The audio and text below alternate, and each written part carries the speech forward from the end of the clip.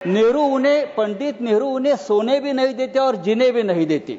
और इस्तीफा कौन देगा जिम्मेदारी लेकर? पंडित नेहरू देंगे? नहीं, पंडित नेहरू देंगे या प्रेसिडेंट ट्रंप देंगे या जेडी वांस देंगे? कौन देंगे? इस्तीफा देश के गृह मंत्री ने देना चाहिए। संजय राउत जी, यू हैव 4 मिनट्स। 4 मिनट है। बाप रे, बहुत दिया सर, इतना मत दीजिए, बहुत दिया। 16 घंटा चर्चा है और 4 मिनट दे रहे हो आप। आपके पार्टी को जितना दिया आपने लिया होगा। पार्टी की बात छोड़ो, आपने ही दिया। दे रहे हैं सर। मैं बहुत संक्षिप्त में अपनी बात रखूंगा जी। पहलगांव में 26 लोगों की हत्या हो गई। कैसे? अब तक सरकार नहीं बता पा रही है। पूरा कश्मीर गृह मंत्रालय के अधीन है। 370 हटाने के बाद कश्मीर को केंद्र शासित प्रदेश बना दिया। वहां की पुलिस गृह मंत्रालय का आदेश का पालन करती है। पूरे कश्मीर में आर्म फोर्स एक्ट लगा दिया है। वहां के गवर्नर भी आपके हैं, बहुत मजबूत आदमी है। फिर भी हमला हुआ और हमलावर निकल गए। गवर्नर ने भी अपनी चूक मान्य की है कि ये चूक हो गई है, सुरक्षा में चूक हो गई है। अगर सुरक्षा में चूक हो गई है, 26 लोग मारे गए हैं, सिंदूर उजाड़ दिया है 26 हमारे माता भगिनों का, तो उसकी जिम्मेदारी कौन लेगा और इस्तीफा कौन देगा जिम्मेदारी लेकर?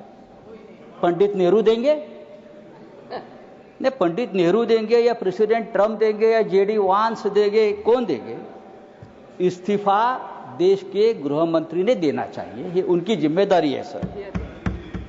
इस देश में 24 घंटे में उपराष्ट्रपति का इस्तीफा लिया जाता है क्योंकि आपके बात मानते नहीं। लेकिन 26 लोगों की हत्या होने के बावजूद किसी का इस्तीफा नहीं, किसी से माफी नहीं। ये इस देश की स्थिति है। हमारे आदरणीय प्रधानमंत्री अपने आप को ईश्वर के अवतार मानते हैं, उनके भक्त उनको ईश्वर के अवतार मानते हैं। वो भी कहते हैं, उनका कहना है कि मैं समय से पहले समय को भांप लेता हूं, ये ईश्वर की कृपा है। तो क्या ये आतंकवादी पहलगांव में घुसकर 26 लोगों को मारने आने वाले हैं? ये आपने क्यों भांप नहीं लिया? ये हमारे सामने और देश के सामने सबसे बड़ा सवाल है।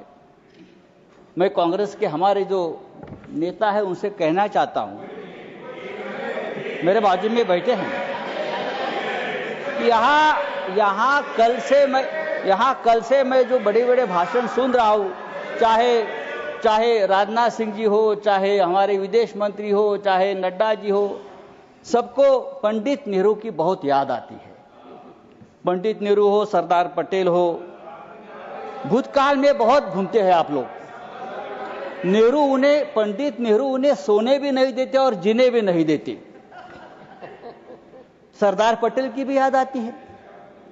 मेरा यह कहना है कि नेहरू तो महान थे, लेकिन सरदार पटेल को प्रधानमंत्री न बनाकर हमने एक ऐतिहासिक भूल की है। बात ऐसी है कि नेहरू साहब बहुत ही डेमोक्रेटिक आदमी थे, सरदार पटेल लोह पुरुष थे। अगर सरदार पटेल ऐसे नेता थे जिसने पहली बार आरएसएस पर प्रतिबंध लगाया था। अगर सरदार पटेल जीवित होते और 10 साल, तो ये लोग आज सामने दिखते भी नहीं। आरएसएस को पूरे आज प्रतिबंध लगा देते। समय समाप्त हो रहा है, उनकी विषय पर बोलिए। फेंक देते। समय समाप्त हो रहा है, विषय पर बोलिए। तो आपको पंडित नेहरू का आभार मानना चाहिए कि पंडित नेहरू की वजह से आप यहां बैठे हैं, राज कर रहे हो। ये पंडित नेहरू की मेहरबानी है। अगर सरदार पटेल प्रधानमंत्री होते तो आज आप हमारे सामने सत्ता में हो या देश में दिखते नहीं, उखाड़ कर फेंक देते। सर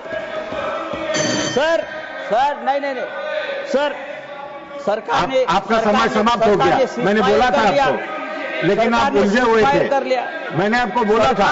सरकार बोल रही है समय समाप्त हो गया आपका। हमारे सामने अब मैं नेक्स्ट स्पीकर बुलाऊंगा। पाकिस्तान हमारे सामने गिड़गिड़ा रहा था, हाथ जोड़कर हमसे रिक्वेस्ट कर रहा था कि सीजफायर कर लीजिए, युद्ध विराम कर लीजिए। अगर युद्ध विराम किया है तो युद्ध विराम के बदले में हमको क्या मिला, आप मुझे बताइए। बात तो पीओके पर होनी थी, क्या समाप्त कीजिए। धन्यवाद। कम से कम जो कुलभूषण जाधव 15 साल से उस जेल में तड़प रहा है भारत का, उसको तो छुड़ाना चाहिए था। एक बात करनी चाहिए थी, हमारा कुलभूषण जाधव स्पीकर बुला रहा हूं, संजय राउत साहब, अब सीनियर मेंबर है, 15 साल से समाप्त कीजिए। तड़प रहा है, उसकी तो मांग होती। हमारे पास से मछुआरे